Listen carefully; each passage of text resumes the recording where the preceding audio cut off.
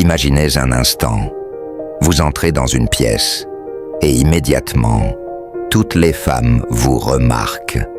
Pas besoin de parler pendant des heures, pas besoin de jouer un rôle, juste une confiance naturelle, une attitude qui capte instantanément l'attention.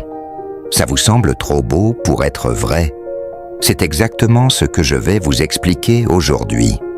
Les 10 effets psychologiques qui peuvent vous aider à séduire toutes les femmes. Oui, toutes. Et vous allez être choqués par la simplicité de certaines techniques et la puissance qu'elles ont. Ces principes sont ancrés dans le fonctionnement même du cerveau humain. Et une fois que vous comprendrez ces mécanismes, vous serez en mesure de changer la dynamique de vos interactions sociales. Mais attention, dans cette vidéo, vous allez aussi découvrir des secrets qui risquent de totalement changer votre façon de penser à la séduction. Vous pensiez tout savoir sur le sujet, mais après avoir vu cette vidéo, vous pourriez être étonné de voir à quel point certaines idées populaires sont fausses. Alors, restez bien jusqu'à la fin, parce qu'une révélation finale pourrait bien tout bouleverser. Et cette révélation pourrait être plus simple et plus puissante que vous ne l'imaginez. Le premier effet psychologique que vous devez connaître est celui de la proximité. Vous avez sûrement déjà entendu parler de cette idée, mais laissez-moi vous surprendre. Plus vous êtes proche de quelqu'un, plus vous avez de chances de susciter son intérêt. Cela vient du principe psychologique de la familiarité. Vous l'avez sans doute vécu. Les personnes avec qui vous passez du temps régulièrement finissent par occuper une place particulière dans votre esprit.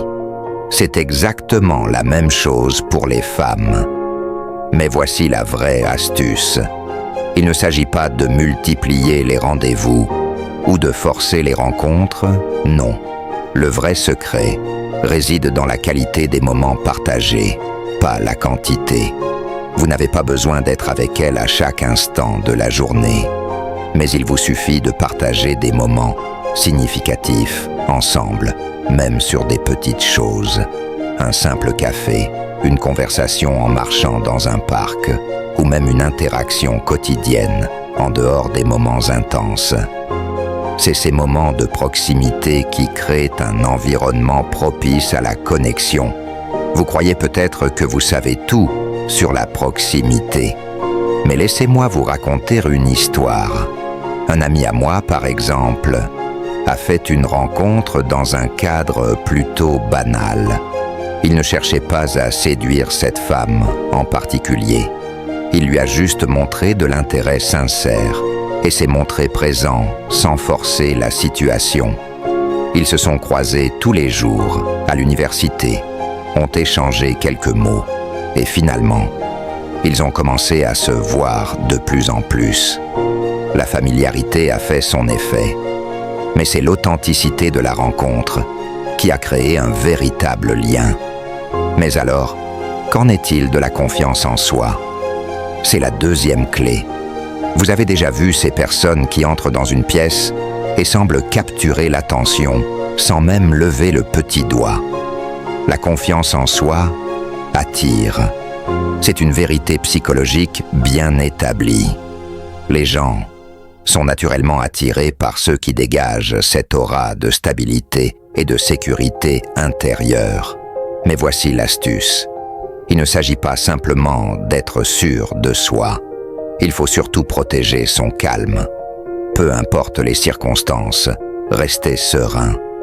Même lorsque la situation semble étrange ou stressante.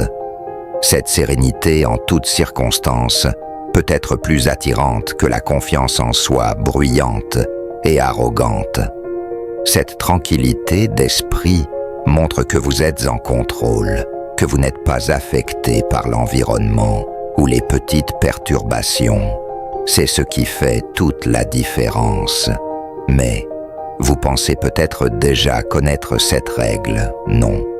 C'est ici que l'effet Stroop entre en jeu.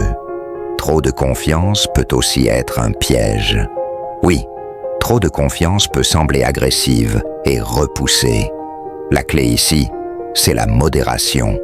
Ne vous laissez pas emporter par l'idée que l'excès de confiance est toujours positif.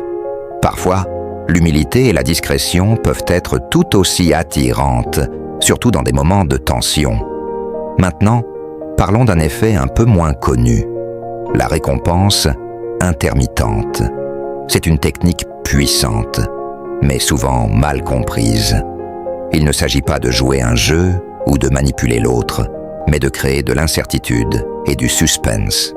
En gros, ne soyez pas trop prévisible. Si vous êtes toujours disponible, toujours là pour elle à chaque instant, la routine peut s'installer et l'intérêt se dissiper. Soyez là, puis partez. Soyez proche, puis distancié. Cela crée une tension, un besoin de savoir si l'autre est toujours disponible ou non. Cette incertitude déclenche une réaction dans le cerveau humain, similaire à celle ressentie dans les jeux de hasard, où l'on attend avec impatience le résultat. C'est un peu comme lorsque vous jouez à un jeu, que vous ne savez pas exactement si vous allez gagner ou perdre, mais vous continuez à jouer pour voir ce qui se passera. Ce principe psychologique est utilisé dans des choses bien plus grandes que la séduction. Prenez par exemple les réseaux sociaux. Plus l'information est intermittente, plus nous avons envie d'y revenir. La même chose fonctionne dans les relations humaines. Si vous devenez trop prévisible, l'excitation s'éteint. Un peu de mystère, de surprise, est souvent la meilleure manière de maintenir l'intérêt. Le quatrième effet que je vais aborder aujourd'hui est celui de l'écoute active. Pas de manipulation ici, mais une technique toute simple. Quand vous écoutez vraiment quelqu'un, sans interruption, sans penser à ce que vous allez dire ensuite, vous créez une connexion authentique. Les femmes adorent quand elles se sentent écoutées, respectées. Mais voici le twist. Vous ne devez pas juste écouter. Vous devez aussi répondre de manière réfléchie. Trop souvent, nous avons tendance à sauter sur la première réponse qui nous vient à l'esprit.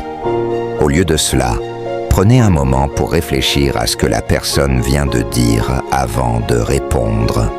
En écoutant attentivement, vous montrez non seulement que vous êtes intéressé par ce qu'elle dit, mais aussi que vous êtes capable d'avoir une conversation profonde et réfléchie. Cela établit une connexion émotionnelle forte. Une écoute active, c'est une écoute sans jugement, sans pression.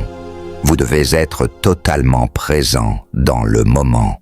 Mais c'est aussi en vous engageant à un niveau plus personnel et en posant des questions sincères que vous allez nourrir l'interaction et approfondir la relation. Maintenant, passons à l'effet de la complémentarité. Vous avez peut-être remarqué que certaines personnes qui sont opposées dans leur caractère peuvent créer une attraction magnétique. C'est exactement ce qui se passe ici. Par exemple, si vous êtes calme et posé, une personne plus dynamique et spontanée pourrait vous attirer. Vous pensez sûrement, mais si nous sommes trop différents, ça ne va pas marcher. Et pourtant, c'est là où tout se joue. Les opposés ne se repoussent pas toujours, ils se complètent. Vous n'avez pas besoin de correspondre parfaitement aux mêmes attentes ou goûts pour créer une relation forte. Bien au contraire, parfois, ce sont ces différences qui créent un équilibre parfait. Prenez exemple sur certains couples qui semblent complètement opposés, mais qui sont incroyablement heureux ensemble. Ce n'est pas un hasard. C'est parce que chaque personne apporte quelque chose que l'autre n'a pas. Cette complémentarité crée une synergie naturelle, une attirance que l'on ne retrouve pas forcément avec des personnes qui sont exactement sur la même longueur d'onde. Si vous êtes trop similaires, il se peut que l'excitation de la découverte s'amenuise. Mais lorsque vous êtes différents, chaque interaction devient plus enrichissante et intrigante. Un autre principe fondamental dans la séduction est l'humour partagé. L'humour est une des clés les plus sous-estimées dans les relations humaines. Pourquoi ? Parce qu'il crée une complicité immédiate. Mais attention, il ne s'agit pas de faire rire à tout prix. L'humour doit renforcer la relation, pas simplement faire sourire. Utilisez des blagues qui touchent à des expériences communes ou des moments de complicité. Lorsque vous riez ensemble, vous créez un lien qui va bien au-delà du simple échange verbal. Vous vous connectez sur un plan émotionnel qui est plus puissant que des mots seuls. L'humour vous permet d'alléger l'atmosphère et de créer des moments de joie partagés. Mais il doit être utilisé à bon escient. Si vous avez une bonne dose d'humour, mais que vous manquez de sincérité, l'autre personne peut rapidement s'en rendre compte. Rire avec elle montre que vous êtes à l'aise, mais aussi que vous l'incluez dans votre monde. Cela renforce votre connexion. Maintenant, parlons de l'effet de l'engagement public. L'idée ici est simple. Si quelqu'un prend un engagement en public, il ou elle est beaucoup plus susceptible de respecter cet engagement, même inconsciemment. Cela peut être utilisé dans le contexte de la séduction pour solidifier une intention. Par exemple, une fois que vous avez fait un compliment ou exprimé votre intérêt de manière claire et publique, la personne ressent naturellement une pression sociale à répondre à cet intérêt.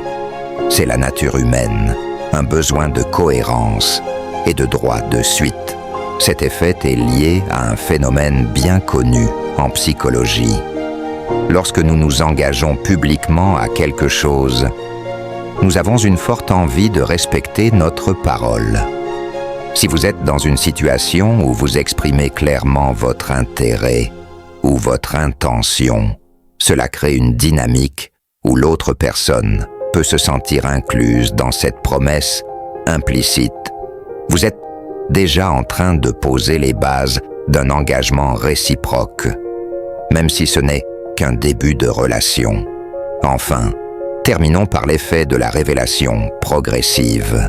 Il s'agit de l'art de se dévoiler petit à petit, de partager des détails personnels, mais de manière mesurée. Cela suscite la curiosité et permet à l'autre personne de s'investir dans la découverte. Si vous êtes trop fermé, l'intérêt diminue rapidement. Mais si vous vous ouvrez progressivement, vous permettez à la relation de se développer, de grandir naturellement. Mais rappelez-vous, tout doit être fait en douceur et avec subtilité.